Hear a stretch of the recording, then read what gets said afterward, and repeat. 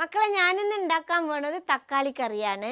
ഈ തക്കാളി കറിക്ക് ഒരുപാട് ചേരുവകളൊന്നും വേണ്ട, നല്ല സിമ്പിളായിട്ട് ഉണ്ടാക്കാം.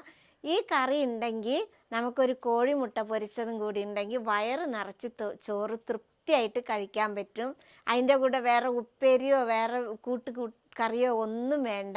അതിന് എങ്ങനെ ഉണ്ടാക്കുക എന്ന് കാണാം. അതിന് വേണ്ടി ഞാനിവിടെ 3 മീഡിയം സൈസിലുള്ള നല്ല പഴുത്ത തക്കാളിയാണ് എടുത്തിട്ടുള്ളത്.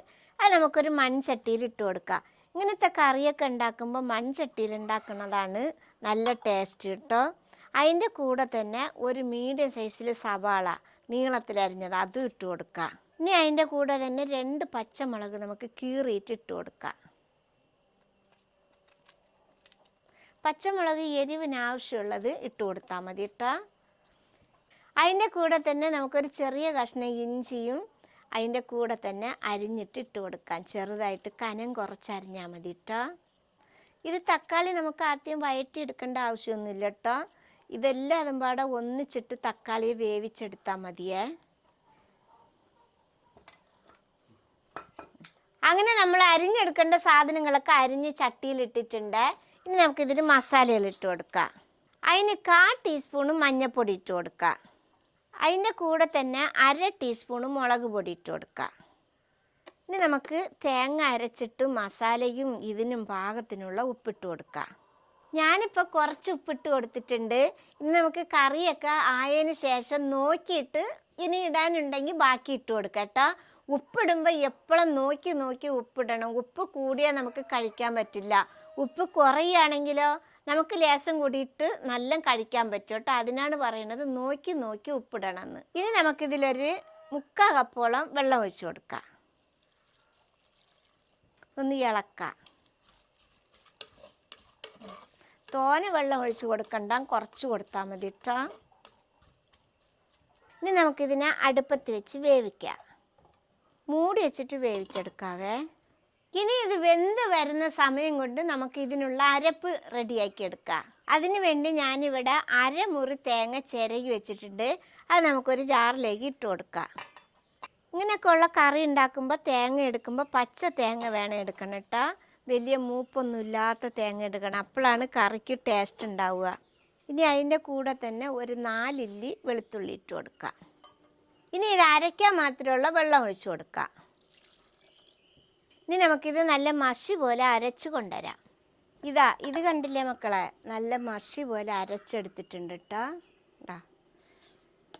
ഇവിടെ ഇരിക്കട്ടെ. ഇനി നമുക്കിതൊന്ന് തുറന്ന് നോക്കാം. ഇത് കണ്ടില്ലേ, തക്കാളി ഏകദേശം വെന്തിട്ടുണ്ട്. മക്കളെ, തക്കാളി വേകാൻ ഒരുപാട് സമയമൊന്നും വേണ്ട കേട്ടോ. തക്കാളി നല്ല പഴുത്ത തക്കാളിയാണെങ്കിൽ വേഗം വെന്ത് ഉടയും കേട്ടോ. ഇപ്പം നമ്മുടെ തക്കാളിയും ഉള്ളിയൊക്കെ നന്നായിട്ട് വെന്തിട്ടുണ്ട്.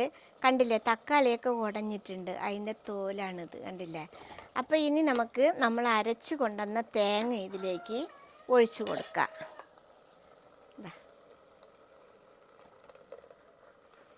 ഇനി നമുക്ക് ഈ ജാറ് കഴുകിയ വെള്ളം കൂടി ഒരു 1/4 കപ്പ് പോലെ ഒഴിച്ചു കൊടുക്കാം.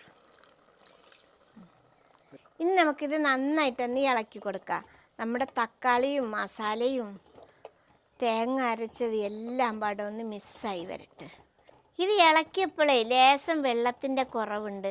നമുക്കിനി ഒരു 1/4 കപ്പ് വെള്ളം കൂടി ഇതിലേക്ക് ഒഴിച്ചു കൊടുക്കാം. ഇതുകൂടി നമുക്ക് നന്നായിട്ടൊന്ന് ഇളക്കി കൊടുക്കാം. ഇനി നിങ്ങൾക്കൊരു കട്ടിയുള്ള കറിയാണ് ആവശ്യമുണ്ടെങ്കിൽ പിന്നെ വെള്ളം ഒഴിക്കേണ്ട ആവശ്യമില്ല കേട്ടോ.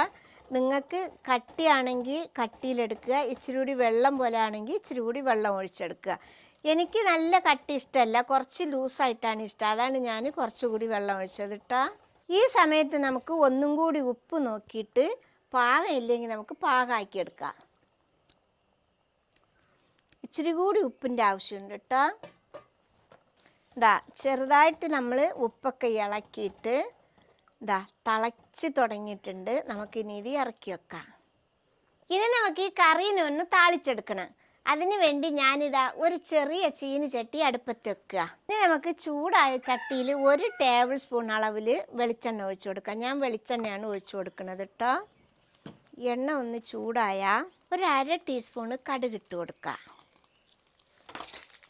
കടുക് പൊട്ടി വന്ന 2 വറ്റൽ മുളക് മുറിച്ചത് ഇട്ട് കൊടുക്കുക.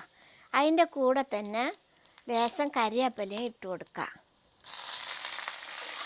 അതൊന്ന് ഇളക്കി കൊടുക്കാം.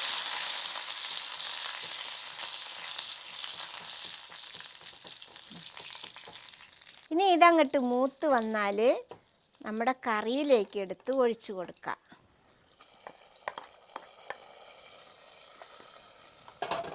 ഇതൊന്ന് മൂടി വെക്കാം. ഒരു 2 മിനിറ്റ് കഴിഞ്ഞിട്ട് ഇളക്കി കൊടുക്കാം. അപ്പം മക്കളെ, നമ്മുടെ കറി വറവിട്ടിട്ട് 2 മിനിറ്റ് ആയിട്ടുണ്ട് കേട്ടോ. ഇനി നമുക്ക് ഇതൊക്കെ പാടെ ഒന്ന് മിക്സാക്കി കൊടുക്കാം.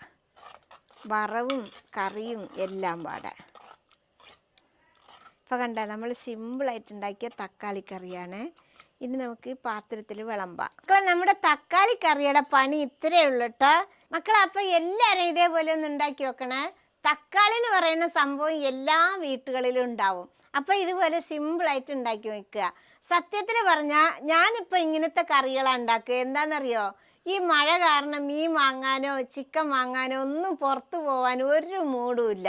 അപ്പോൾ എൻ്റെ മോനക്ക് ഇങ്ങനത്തെ കറി തന്നെ ഉണ്ടാക്കി കൊടുക്കുള്ളൂ. അവനക്ക് അങ്ങനെ ഒന്നും ഇല്ല കേട്ടോ. എന്ത് കറി കിട്ടിയാലും അവൻ കഴിച്ചോളും. അപ്പോൾ ഇത് എല്ലാവരും ഒരു പ്രാവശ്യമെങ്കിലും ഉണ്ടാക്കി നോക്കണം.